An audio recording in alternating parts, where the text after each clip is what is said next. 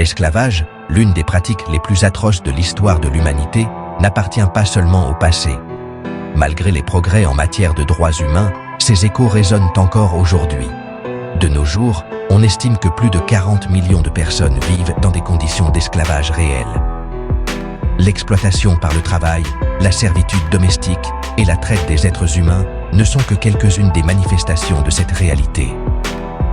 Au XXIe siècle, des millions de personnes dans le monde entier continuent d'être victimes de formes modernes d'esclavage, telles que la traite des êtres humains, le travail forcé et l'exploitation sexuelle.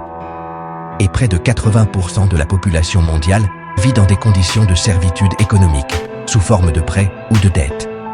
De plus, aujourd'hui encore, la moitié de la planète ne possède pas son logement et est donc également soumise aux caprices et aux humiliations des propriétaires terriens et des bailleurs. Mais d'après les chiffres, on peut affirmer que la forme d'esclavage la plus subtile consiste à contrôler l'accès à la terre. Partout dans le monde, une poignée d'individus s'approprient le travail de nombreuses personnes simplement en contrôlant la terre. Cette terrible réalité crée un cycle de dépendance et d'exploitation qui perpétue la pauvreté et les inégalités. En refusant l'accès à la terre, en raison de son coût élevé, on refuse la dignité et l'autonomie à tous ses habitants. Les loyers exorbitants et les prix inaccessibles des terrains font des gens les prisonniers d'un système qui les asservit de manière subtile mais efficace. Tellement efficace que l'achat d'un terrain est devenu une transaction que beaucoup considèrent comme normale. Mais est-il vraiment juste et naturel de payer pour une ressource qui devrait être gratuite et accessible à tous? Serait-il juste de payer pour respirer? Serait-il juste de payer pour regarder les étoiles? Pourquoi devrions-nous payer pour une ressource naturelle comme la terre? Pourtant, nous le faisons. La réalité est que le monopole foncier crée une hiérarchie économique qui asservit les individus. Acheter un lopin de terre peut signifier consacrer toute une vie de travail à un seul objectif: avoir un endroit où vivre. Ou plus exactement, récupérer le droit à un lopin de terre par le biais de l'argent. Ce système perpétue les inégalités et limite les chances de ceux qui ne peuvent pas se permettre ce luxe. Le monde est tellement confus mentalement qu'il peut débattre du prix de la viande ou du prix du ticket de transport en commun, etc. Mais les gens ne discutent pas du prix de la terre, acceptant en silence et sans remettre en question qu'il s'agit d'un coût inévitable. Mais que se passerait-il si nous commencions à remettre en question cette norme? Que se passerait-il si nous nous unissions pour revendiquer l'accès à la terre comme un droit humain fondamental? Un petit groupe détient entre ses mains 80% des terres et ne les utilise pas, alors que des millions de personnes cherchent un endroit où vivre. Ces terres, qui pourraient être cultivées ou utilisées pour construire des logements ou ouvrir des ateliers, restent aujourd'hui vides et sans but, tandis que les villes sont saturées de sans-abri. Cet écart immense, cette accumulation injuste de richesses, est à la base d'une nouvelle forme d'esclavage. Le fossé entre les riches et les pauvres se creuse de jour en jour, créant un système où une poignée d'individus possèdent tout sans travailler et où des millions d'autres n'ont rien. Les propriétaires terriens, protégés par des lois anciennes, et une culture où il n'y a pas de sanctions, car aucun terrain vague n'est imposable. Telle est la réalité. Les propriétaires terriens conservent de vastes terrains sans payer d'impôts. Ces lois, qui étaient autrefois destinées à protéger la propriété privée, ne servent aujourd'hui qu'à perpétuer les inégalités. C'est une réalité cruelle. Les gens ordinaires doivent travailler pendant des décennies pour acheter un simple lopin de terre. Souvent, cet effort consume leur vie, les laissant sans temps ni ressources pour d'autres besoins fondamentaux. Cette réalité faussée, ce système qui ne profite qu'aux riches au détriment du plus grand nombre, doit changer. La lutte pour l'accès à la terre est une lutte pour la justice, pour un avenir où chacun aura la possibilité de prospérer. Il est temps que nous nous unissions et que nous exigions un changement réel et durable. Cet esclavage moderne n'a pas de chaîne visible, mais des dettes impossibles à rembourser. Les travailleurs, tant dans la construction que dans l'agriculture, sont pris au piège d'un cycle interminable de dur labeur et de sacrifices. Leurs visages reflètent la fatigue et la résignation d'une lutte quotidienne qui semble sans fin, et la promesse de devenir propriétaire, une promesse qui ne se concrétise jamais. L'espoir de posséder un jour un lopin de terre s'évanouit à chaque nouvelle annonce de vente ou de location. Les dettes s'accumulent et le désespoir devient une constante dans leur vie. Les travailleurs, pris dans un cycle infernal de travail et de dette, doivent remettre leur salaire aux propriétaires terriens, sans espoir de libération.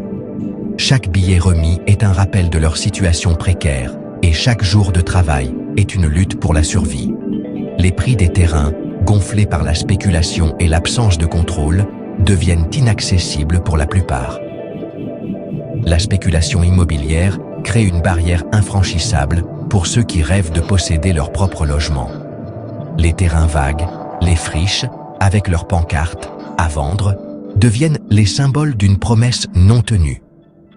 Les familles sont contraintes de vivre dans des conditions déplorables, entassées dans des logements insalubres, tandis que les terrains restent vides, attendant que leur valeur augmente.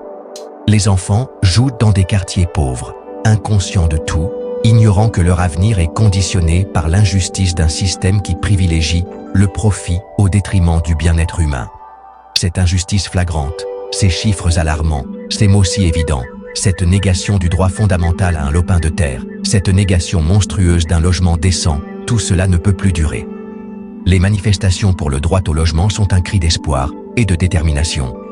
Les familles, malgré tout, regardent vers l'avenir, avec l'espoir qu'un jour justice sera faite et qu'elles pourront vivre dans un foyer digne. 20 ans, 30, toute une vie à travailler pour pouvoir dire qu'on possède un lopin de terre? C'est la réalité pour des millions de personnes. Prises au piège d'un système qui les exploite, qui les maintient en esclavage, elles doivent sacrifier leur jeunesse, leur présent et leur avenir pour l'illusion d'être propriétaires. Propriétaires d'une ressource naturelle, comme l'air, l'eau ou la lumière du soleil, c'est complètement absurde. La terre, au lieu d'être un bien commun, quelque chose qui profite à tous, est devenue un outil d'asservissement et d'oppression. Un outil qui perpétue les inégalités et condamne des générations à la pauvreté. Cette réalité intenable, cette offense à la dignité humaine, doit cesser. Nous devons crier « ça suffit ». Le système actuel de propriété foncière est une illusion, une mascarade qui ne profite qu'à une poignée d'individus, au détriment de la majorité. Les propriétaires terriens, protégés par des lois injustes et des politiques corrompues, accumulent des richesses sans contribuer au bien-être de tous. Pendant ce temps, les écoles tombent en ruine, les hôpitaux manquent de ressources et les services essentiels se dégradent. Les terres improductives, au lieu d'être une source de revenus pour l'État, deviennent un obstacle au développement social. Ce système défaillant, cette distorsion du bien commun, doit être remis en question. Égaliser les chances, la liberté pour le peuple, rendre la propriété accessible à tous. En résumé, le monopole foncier est devenu une forme subtile d'esclavage sans chaîne pour le peuple. Ajouté à l'absence d'imposition sur les terrains vacants, cela perpétue la crise économique et du logement. Le fait que les terrains vacants ne soient pas imposés incite les propriétaires fonciers, les spéculateurs et les propriétaires à les conserver sans les développer. Cette situation ne touche pas seulement ceux qui cherchent un logement, mais contribue également aux inégalités sociales. Cette concentration de la propriété foncière entre les mains de quelques-uns crée un monopole qui asservit la population. Alors que la moitié du monde manque de logement, les propriétaires de terrains vacants profitent de la spéculation et de l'augmentation artificielle des prix, laissant de nombreuses personnes sans option. Maintenant que nous savons tout cela, la solution est simple. Il faut mettre en place un impôt sur les terrains vacants, en les traitant comme s'ils étaient reconstruits. Et il y a des millions de terrains vacants. Cet impôt inciterait les propriétaires à développer leurs terrains, augmentant ainsi l'offre de logements et, par conséquent, réduisant les prix, voire même jusqu'au niveau de l'impôt lui-même. Un impôt sur les terrains vacants n'apporterait pas seulement des revenus importants à l'État, au point de pouvoir supprimer tous les autres impôts néfastes. Mieux encore, il encouragerait également l'utilisation efficace des terrains disponibles. En plus de générer des revenus importants pour l'État, cela donnerait également à chacun la même chance d'avoir un logement décent. Les familles pourraient emménager dans des logements abordables et sûrs. En abolissant la spéculation et en rendant la terre plus abordable, on encouragerait la construction de logements accessibles à tous. Cela aiderait des millions de personnes à devenir propriétaires de leur logement, leur offrant ainsi stabilité et sécurité à long terme. Imaginez une société où le rêve de posséder un lopin de terre ne soit pas une chimère, mais une réalité accessible à tous. Un endroit où chaque famille peut prospérer librement. Imaginez un monde où chacun, quelle que soit son origine ou sa situation économique, a la possibilité de devenir propriétaire de son logement. Une société où les enfants grandissent dans des foyers sûrs et où les communautés s'épanouissent. Une société où les familles peuvent construire un avenir meilleur, avec la tranquillité d'esprit de savoir que leur maison est la leur, libérée de la dette et de l'exploitation. Une société où les dettes ne sont pas un fardeau perpétuel. Telle est la promesse d'une réforme du système fiscal, une promesse d'équité, de justice et d'opportunité pour tous. L'impact de la libération, une société plus juste et équitable.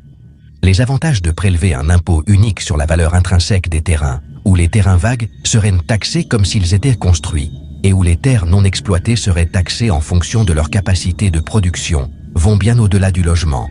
Cela signifie des emplois, cela signifie de la production, et pour l'État, cela signifie plus de recettes sans avoir recours à des prêts internationaux.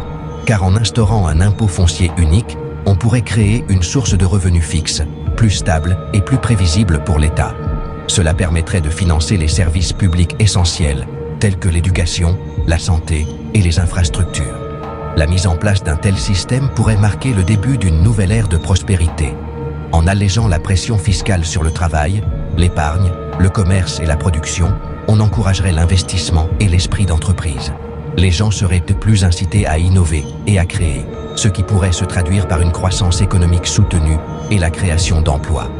Avoir plus de moyens financiers permettrait à l'État d'améliorer la vie de tous.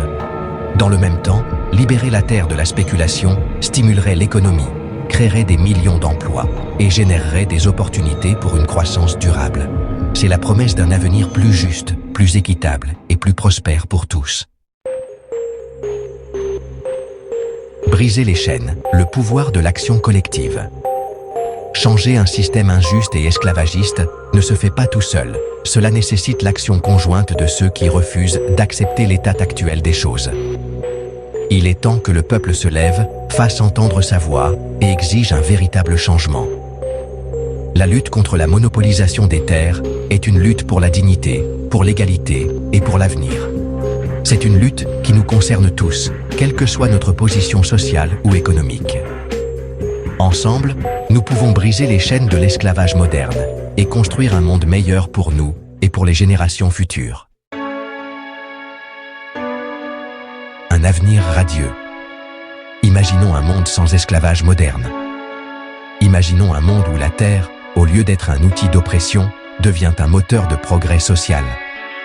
Un monde où chacun a accès à un logement décent, où la spéculation appartient au passé et où la richesse est répartie équitablement. Cet avenir n'est pas un rêve inaccessible, mais une réalité à portée de main, si nous avons le courage de nous battre pour elle. L'histoire nous l'a appris. Le changement social ne se produit que lorsque les peuples s'unissent et revendiquent leurs droits.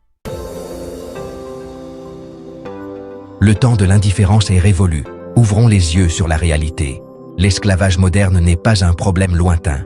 C'est une réalité qui touche des millions de personnes à travers le monde, et nous ne pouvons plus l'ignorer. Il est temps de sortir de notre indifférence et de reconnaître l'urgence de la situation.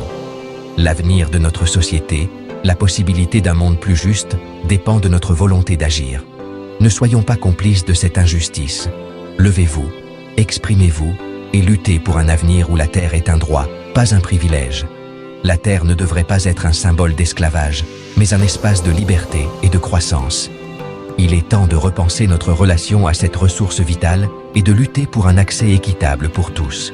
Ensemble, nous pouvons transformer la façon dont nous voyons et valorisons la terre.